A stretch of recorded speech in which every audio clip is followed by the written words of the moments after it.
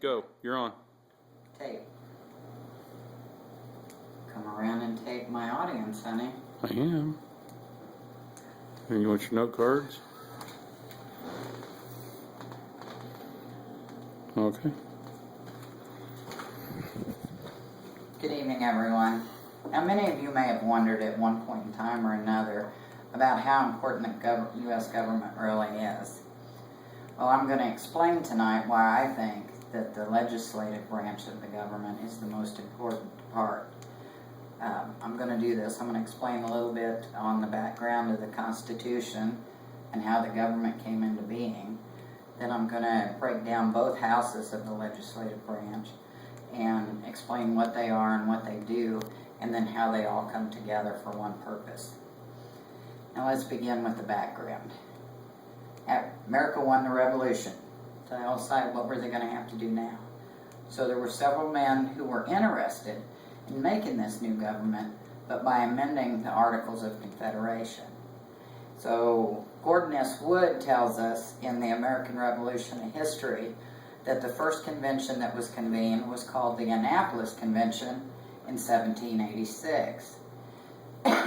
Now Woods also tells us that there was really not enough at this first convention on such short notice, so they postponed it until 1787. Now this was not a problem though, because this gave the men a chance to think about what a new government would be and make it instead of just amending the Articles of Confederation. Well, they convened again in 1787 in Philadelphia, and Woody Holton, in his book Unruly Americans and the Origins of the Constitution, said that showed us that there were some obstacles to this when making a new government. One was going to be, how strong were they going to be? What form was it going to take? And exactly how powerful was it going to be? Well, they also feared that this may turn into an authoritarian government, and that they also feared that the states might be too strong in power. But through all these obstacles, the Constitution was signed, it was sent to the Confederation Congress, and then sent on back to the states for ratification. The ratification process lasted through most of 1788, but now Edmund Morgan, in his book, The Birth of the Republic, 1663 to 89, tells us that while 11 states did ratify the Constitution, that some of those state conventions barely passed it.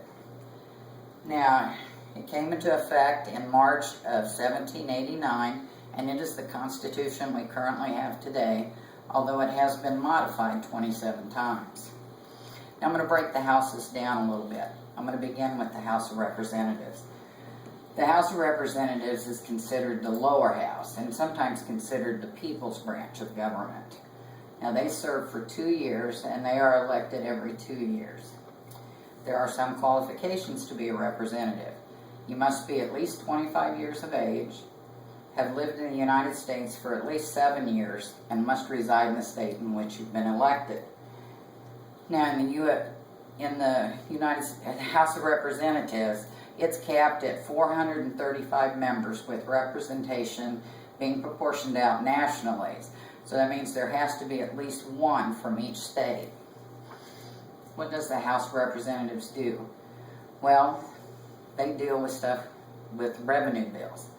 Now Richard Beeman, in the Penguin Guide to the United States Constitution, shows us this. It's in Article 1, Section 7. And they are given what's called the power of the purse. So that representatives is going to deal with anything that has to do with monies. Now we'll move to the other house, the Senate. Now the Senate is considered the upper house. And Woody Holton tells us again in his book that there were many obstacles. This was considered a branch of the aristocracy. But this was kind of put by the wayside after the end of the Federalist era. They are elected 2 from each state. They were elected at one time by state legislature, but because of some corruption issues, it became part of the popular election. And this is what was put into the 17th Amendment. Now they served a total of 6 years, And their election is staggered every 2 years, with only a third of the Senate being voted on at any one time. Now, there are qualifications for the Senate as well. You must be at least 30 years of age. You must have lived in the United States for at least 9 years. And you must reside in the state that you were elected. Now, Beeman points out that there are also laws that just originate in the Senate. And these are spelled out in Article 1, Section 7 as well. And they have the power to propose or attach amendments. So they're going to deal mainly with the amendments. Now, Article 2 of the Constitution deals with that the Senate has power on treaties and ratifications of treaties. And they also advise and give consent to the President on cabinet members and judicial appointments.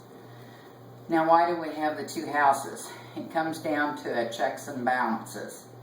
And one hand knows what the other hand is doing. It's to cut down on the corruption that can occur. Now, how they do that is, before a bill gets sent to the President, it has to pass both houses.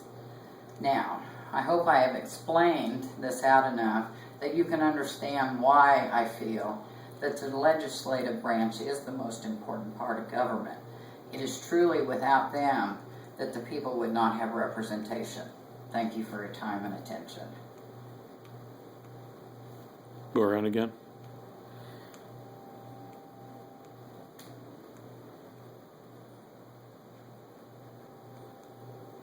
That it? I wasn't going to